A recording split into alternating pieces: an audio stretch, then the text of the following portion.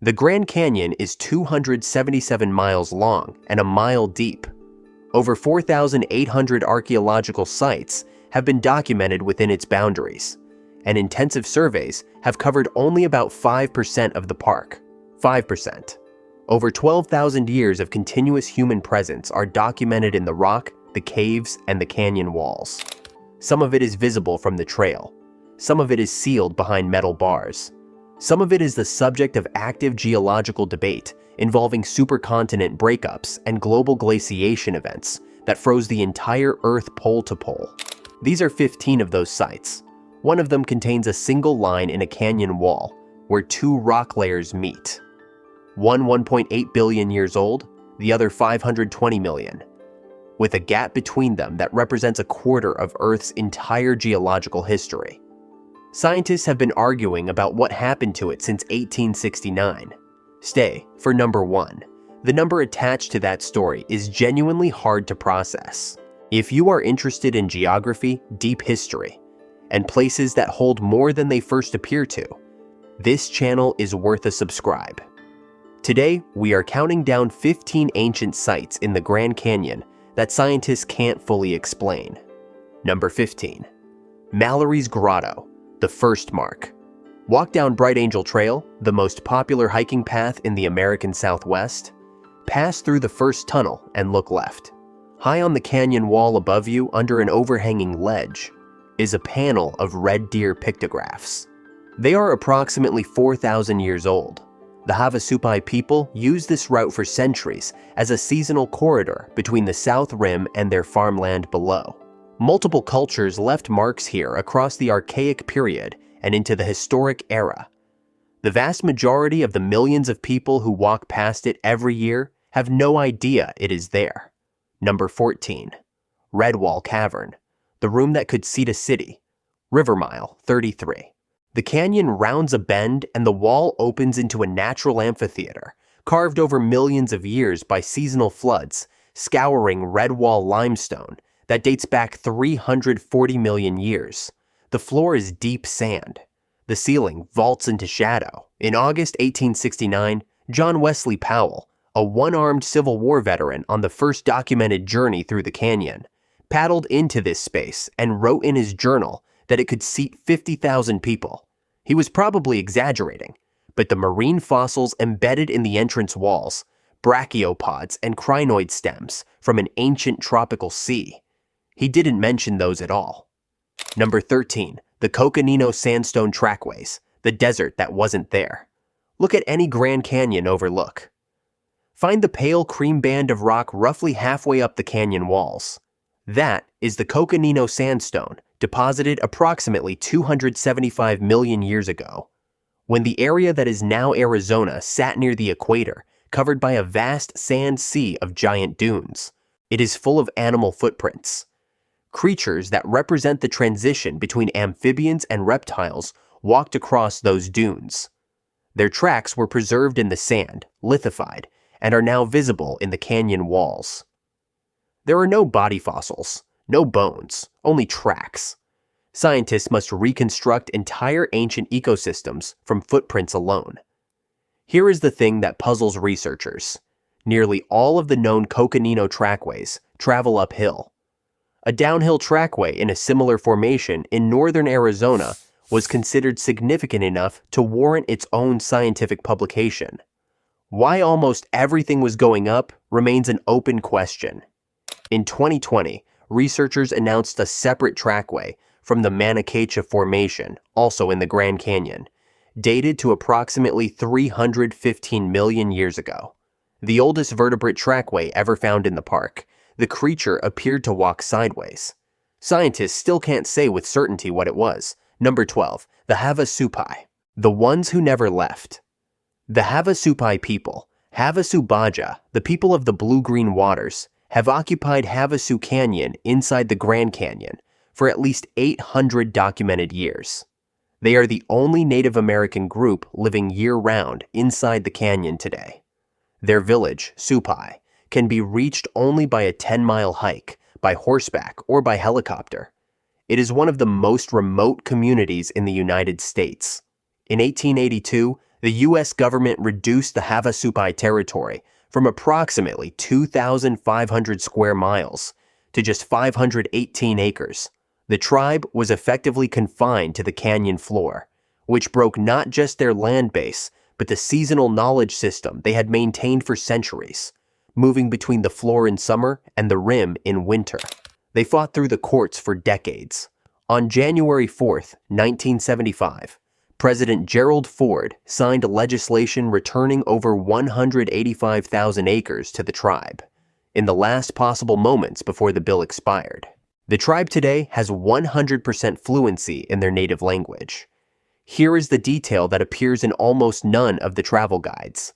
The campsite below Havasu Falls, where tourists now pitch their tents, was, within living memory, the Havasupai burial and cremation ground. Number 11. Stanton's Cave, the cave that kept everything.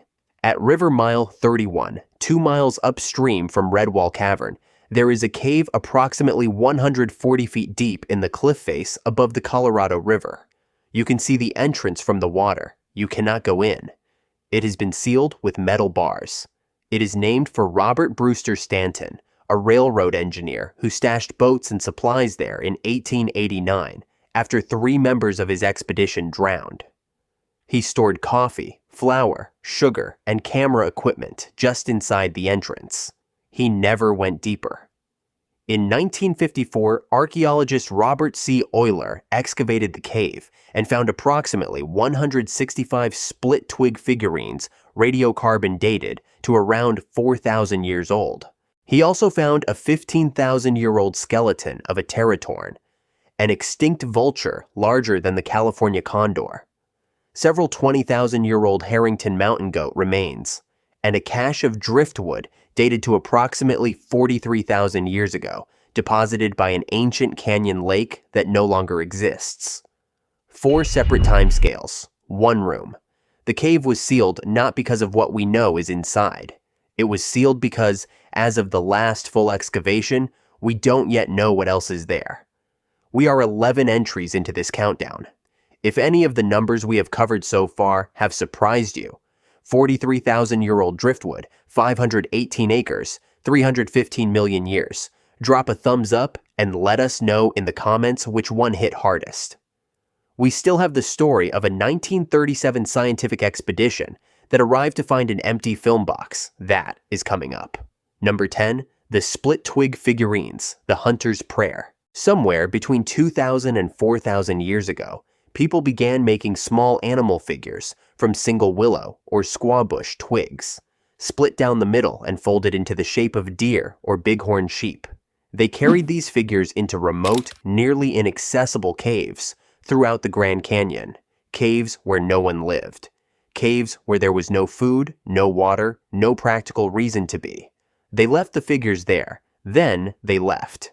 The tradition continued for approximately 1,700 years, longer than the entire span of Roman imperial history. More than 400 specimens have been found across 30 sites in Arizona, Utah, Nevada, and California. Stanton's cave alone yielded approximately 165. Some of the figurines were pierced with a small stick resembling a spear. Some were stuffed with artiodactyl dung, deer or antelope droppings. Before being placed in the caves, researchers believe they were connected to hunting ritual. The best interpretation is that the hunter was asking something, for permission, for luck, for forgiveness. The ceremony itself remains unknown. What is known is that the tradition ended roughly 2,000 years ago. Why it ended is also unknown. Number 9. Tusayan Pueblo. The village that lasted 20 years. Around 1185 CE, a small group of ancestral Puebloans arrived at the south rim of the Grand Canyon and built a home.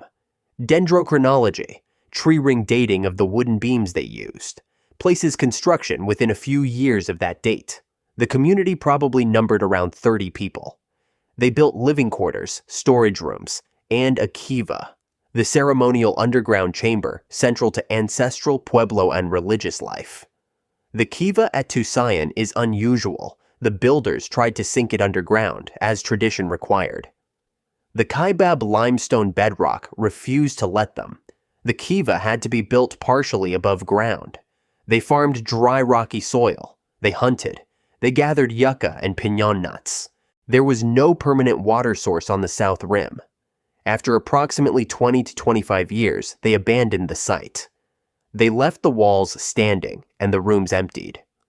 The ruins are listed on the National Register of Historic Places and are visible today along a self-guided trail near Desert View Drive. The Hopi, Zuni, and other modern Puebloan communities regard this place as the home of their ancestors. They still visit. Number 8. The Nankoweap Granaries, the Pantry at the edge of the world. Around 1100 CE, ancestral Puebloans built 4-grain storage rooms in the cliff face of the Redwall limestone, high above the Colorado River at what is now River Mile 53. The word Nankoweap comes from the southern Paiute and means singing canyon or echo canyon. The view from the granary ledge, looking down across the green Nankoweap Delta, the river winding through the canyon below, has been called one of the most beautiful in the American Southwest. A Grand Canyon rafting company uses it as their logo. The granaries could be sealed airtight. They protected corn, seed stock, and dried crops from rodents, insects, and flooding. The people who built them farmed the fertile delta at river level and understood, with precision, exactly how high the Colorado River rose in flood season. They built their food supply above that line. To reach the granaries today, you must either raft 53 miles downriver from Lee's Ferry, or descend a technically demanding trail from the North Rim, and then hike 2 miles up a steep cliff face. The ancestral Puebloans abandoned the Grand Canyon around 1200 CE, likely due to drought. They left the granaries sealed. Number 7. The Desert View Watchtower, the fake ancient ruin. On the eastern edge of the South Rim stands a 70-foot stone tower that looks like it has been there for centuries. It is a National Historic Landmark. Millions of tourists photograph it. It was completed in 1932. Its designer, architect Mary Coulter, spent 6 months researching ancient Puebloan tower structures at Havasupai and Mesa Verde before building it. She explicitly stated, it was not a replica of any specific structure. She instructed the construction crew not to cut or work the exterior stones. Their weathered surfaces were essential to the illusion. The deliberate cracks in the walls were copied from actual ancient towers she had studied. The interior contains murals by Hopi artist Fred Cabote depicting the Hopi snake legend, and paintings by Fred Geary that copy designs from prehistoric sites across the Southwest. Here is the wild part. Geary's paintings on the upper floors are copies of petroglyphs from Abo, New Mexico, petroglyphs that have since been destroyed. The Watchtower may be the only place in the world where those images still exist. In 2008, 2 tourists were banned from every national park in the United States for correcting the punctuation on a painted sign inside it. Number 6. The Clovis Points, the mammoth hunters at the rim. The oldest human artifacts ever found in Grand Canyon National Park are 2 spear point fragments. Both are small. Both are damaged. Neither stone came from anywhere near the canyon. The older fragment, a Clovis point dated to approximately 9,200 to 8,900 BCE, is made from a type of silica called paleo-pink stone, sourced from the Chusca Mountains of New Mexico. The Chusca Mountains are approximately 200 miles from where the fragment was found. The second fragment, found near the Nankoweap Trail, was made from stone originating in the Little Colorado River area, approximately 250 miles away. The Clovis people lived in a world with woolly mammoths and giant ground sloths. They were mobile hunters who ranged across enormous distances. Over 10,000 Clovis points have been found across North America. 2 fragments have been confirmed from within the Grand Canyon. We don't know why they were here. We don't know what they were hunting. We know they carried stone from 250 miles away to stand at the edge of a canyon that looked, in most essentials, exactly like the one you can visit today. They were here first. By a long margin. Number 5. Shiva Temple, the island that wasn't isolated. Shiva Temple is a mesa in the Grand Canyon, named in the 1880s by geologist Clarence Dutton for the Hindu deity Shiva, destroyer of the universe. It stands at 7,646 feet. Its summit is a forested plateau ringed by sheer limestone cliffs, separated from the north rim by a saddle that drops over 1,300 feet into desert vegetation. In 1937, the American Museum of Natural History decided that Shiva Temple was a biological island. It had been cut off from the surrounding plateau by erosion for approximately 25,000 years. The theory was that small animals, isolated long enough, might have evolved in ways distinct from their relatives on the rim. It was a scientifically reasonable idea. The expedition attracted enormous press coverage. It was called the Lost World Expedition. The New York papers covered it. Dr. Harold E. Anthony, curator of mammals at the museum, led the climb. Local hunters, according to Time magazine, winked and snickered around the campfire, hinted that where scientists could go, animals could go. The scientists reached the summit on September 16, 1937. They found chipmunks, cottontail rabbits, pack rats, mice, and rock squirrels. All ordinary species, all present on the adjacent rim. They also found ruins of ancestral Pueblo dwellings, and they found an empty Kodak film box left behind approximately 1 month earlier by canyon pioneer Emery Kolb, then in his late 60s, who had hiked up with his daughter and apparently found the summit unremarkable enough to leave no other record of the visit. Post-expedition analysis did note the kaibab squirrel was absent from the mesa, suggesting some genuine isolation for certain species. That finding received considerably less press than the film box.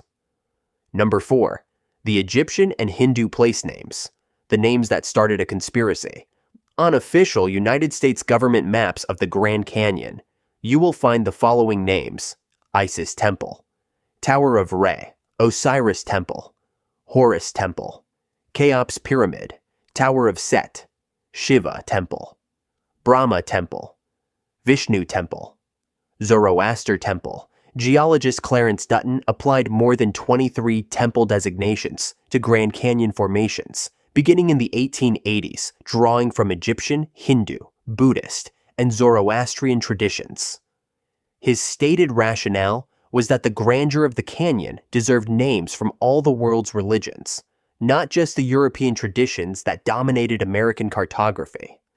The Egyptian-named formations are clustered together in the same section of the canyon, the Marble Canyon area in the eastern Grand Canyon. Those names were on official maps for 30 years before anyone wrote about Egyptian artifacts in the canyon. On April 5, 1909, the Arizona Gazette published a front-page article claiming that an explorer named G.A. Kincaid, backed by the Smithsonian Institution, had discovered a cave full of Egyptian artifacts, mummies, and hieroglyphs inside the Grand Canyon. The article was the only newspaper anywhere to publish the story. No records of G.A. Kincaid have ever been found in Smithsonian archives. No records of the expedition's archaeologist, a Professor S.A. Jordan, exist either. The Smithsonian has called the story a myth in multiple official communications, including a piece in Smithsonian Magazine published in 2024. The article identified itself as the Smithsonian Institute, not institution, a basic factual error that historians of the hoax note as a tell. The formations named for Egyptian gods remain on every map. The hoax was built on top of names that were already there. Number 3. The Sipapu, the navel of the world. There is a travertine dome on the banks of the Little Colorado River, approximately 4 miles upstream from where that river joins the Colorado. It rises from a mineral-rich hot spring. The water is turquoise. The dome itself is pale, almost white, against the red canyon walls. For the Hopi people, this is the most important location on Earth. In Hopi cosmology, the world we inhabit is the fourth world. The 3 worlds before it each ended in catastrophe. The Sipapu is the specific physical location through which the Hopi people's ancestors emerged into this world from the third world below. This is not understood as metaphor. It is living religious belief, as concrete and specific as any pilgrimage site in any tradition. The Hopi village of Oribe, on the mesas northeast of the canyon, has documented occupation back to approximately 1150 CE and is considered the oldest continuously inhabited community in the United States. The Hopi Salt Trail, used by male initiates as a rite of passage, a physically and spiritually demanding journey down into the Little Colorado River Gorge to collect salt, has been traveled for at least as long as people have lived near the canyon. Hopi access to the Sipapu was blocked for multiple generations. The combination of NPS access restrictions and the broader suppression of indigenous religious practice during the forced assimilation period meant that the Hopi were cut off from ceremonies at the place they consider their point of origin. Access has since been partially restored through negotiations between the tribe and federal agencies. Some Hopi scholars have acknowledged that the interruption of knowledge transmission during that period may have introduced some uncertainty about the exact location of the site. The same inaccessibility that prevents an outside researcher from visiting the Sipapu is the same inaccessibility that kept the Hopi from it for generations. That fact lands differently depending on who you are. Number 2. The Vishnu Schist, the oldest place you can walk to. The bottom of the Grand Canyon is accessible by trail. Bright Angel Trail is 9.5 miles from rim to river. South Kaibab Trail covers the same descent in 6.3 miles, but provides no water. Most hikers require an overnight permit. When you reach the river and look at the walls around you, you are looking at rock that is approximately 1.84 billion years old. The Vishnu basement rocks were formed when volcanic island chains, similar to the modern Philippines or Japan, collided with the western edge of North America roughly 1.75 billion years ago. The collision buried the island's material to a depth of approximately 25 kilometers underground, where heat and pressure transformed volcanic and sedimentary rock into the dense, dark, folded schist visible today. The mountain range that resulted is estimated to have reached heights of 5 to 6 miles, comparable to or exceeding the modern Himalayas. It eroded over the next billion years into the sea. What you see in the inner gorge is what remains of that mountain range, its roots. Those roots are older than the first complex multicellular life on Earth. Eyes had not yet evolved when this rock was molten. The pink granite dikes slashing diagonally through the dark schist walls were intruded as magma approximately 1.7 billion years ago. They cooled. They were buried under miles of overlying rock. The rock eroded, the river cut through, and they are still there. They cooled before the first animals existed. They are still there now. Number 1. The Great Unconformity. The billion years that vanished. Stand in the inner gorge of the Grand Canyon. The Colorado River runs fast and cold between walls of dark ancient schist. The sound is constant, the low roar of moving water in a narrow place. Above you, the walls rise in layers, each one lighter than the last. Red and cream and gold, stacked in the order they were deposited, going back through time as you look up. And then, at a certain height, there is a line. It is visible to the naked eye. Below the line, ancient dark rock, 1.8 billion years old, folded and compressed and crossed with pink granite, the roots of a mountain range that no longer exists. Above the line, horizontal sedimentary layers, pale sandstone, deposited approximately 520 million years ago in an ancient shallow sea. Between those two layers, there is nothing. The gap represents approximately 1.2 billion years of Earth history, a quarter of everything that has ever happened on this planet. The rock that should have been deposited during that period, the record of over a billion years of geological time, is gone. Not buried, not hidden, gone. This feature is called the Great Unconformity. John Wesley Powell, the same one-armed Civil War veteran who paddled through the canyon in 1869 an estimated Redwall cavern could seat 50,000 people, was the first to document it and name it. He saw it from the water in an unmapped canyon, with no instruments beyond a compass and his own observation. Geologists have been arguing about what caused the disappearance for 150 years. Two main hypotheses exist. The first proposes a snowball Earth event approximately 700 million years ago. A global glaciation that covered the entire planet in ice, pole to pole, for millions of years, and eroded kilometers of continental crust in the process. The second connects the gap to the violent breakup of the ancient supercontinent Rodinia, which tore apart beginning roughly 750 million years ago, generating earthquakes and faulting events that washed a billion years of rock and sediment into the ocean. Research from the University of Colorado Boulder, published in 2021, supports the Rodinia breakup hypothesis. The question is not definitively settled. The eastern and western halves of the Grand Canyon appear to have undergone the event differently, which makes a single unified explanation harder to maintain. The Great Unconformity is also found in rocks around the world, always in the same era, which suggests the event that created it was not local. Whatever happened, it happened everywhere at once. The line itself is still there. You can see it. You can put your hand on it. On one side, rock formed when life on Earth barely existed. On the other, rock from a world already 500 million years into its own story. Between them, silence. A crack in time that no one has fully explained. The Grand Canyon holds over 4,800 documented archaeological sites. In a park where only about 5% of the land has been systematically surveyed. My personal favorite on this list is the Sipapu, not for what we know about it, but for what the question of access reveals. Which entry surprised you most, and which site do you think belongs on a list like this that we didn't cover? Subscribe for more.